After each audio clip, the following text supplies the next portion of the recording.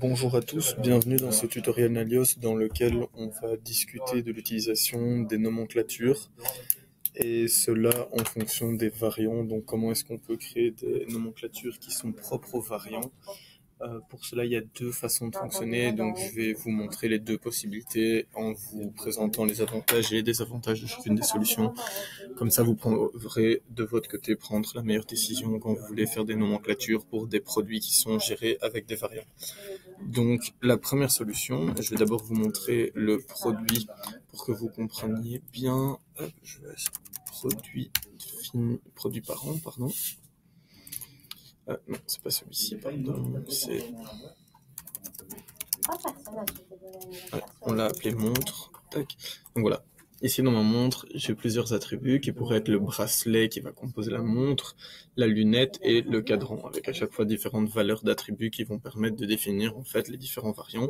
On peut voir qu'on a 16 variants qui vient du fait qu'on a ici 4 possibilités, 4 x 2, 8 et 8 x 2, 16. Donc on a 16 possibilités, ce qui fait 16 variants. D'accord.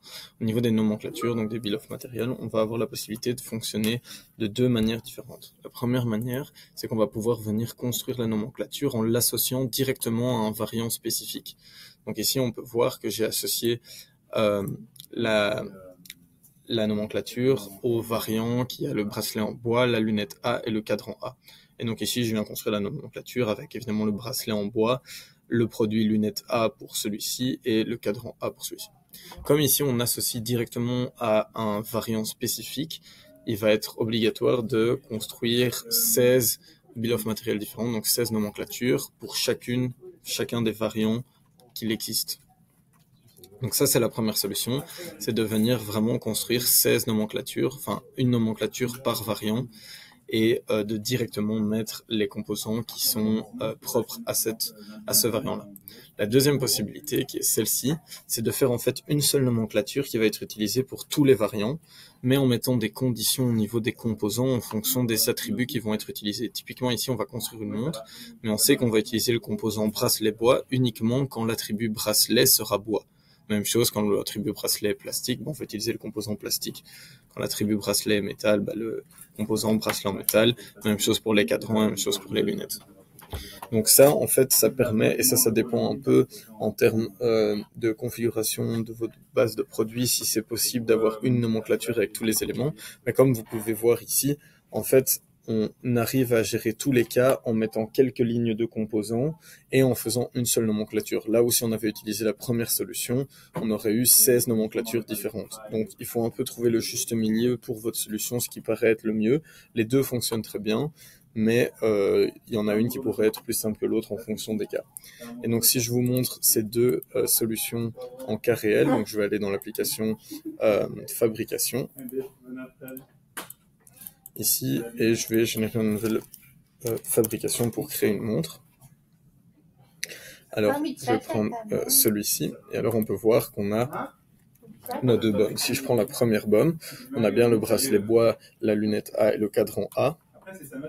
Et si je prends la deuxième solution, en fait, on se retrouve exactement la même chose. Donc avec le bracelet bois, le cadran A et la lunette A.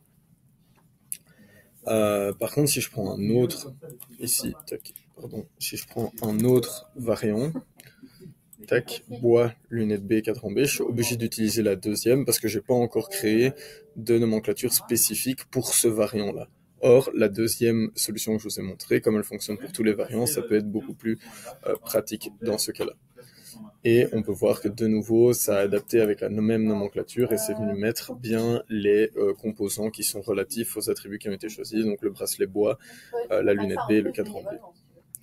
Juste dernière chose que je voudrais vous montrer à ce niveau-ci, c'est que au niveau de la deuxième solution, on peut dans les opérations venir aussi mettre des opérations qui sont en fonction des attributs et des valeurs d'attributs qu'on va définir. Donc typiquement, si le bracelet de métal, imaginons, nécessite une opération supplémentaire, on peut venir mettre opération supplémentaire ici, hop, dans peu importe, check, et apply on variance, on va mettre que c'est lorsque le bracelet est métal. Tac. Et donc si maintenant je retourne dans ma production, hop, manufacturing orders pour ma montre. et que je prends bois, et que je prends la bonne nomenclature, on peut voir que j'ai pas d'opération. Par contre, si ici je viens choisir montre mais avec un bracelet en métal comme celui-ci, on peut voir que j'ai l'opération supplémentaire qui se retrouve dans la nomenclature parce que ça dépend de ça. Donc voilà, j'espère que c'était clair. N'hésitez pas à poser vos questions dans les commentaires si vous avez des questions. Et à bientôt pour un nouveau tutoriel Nalios.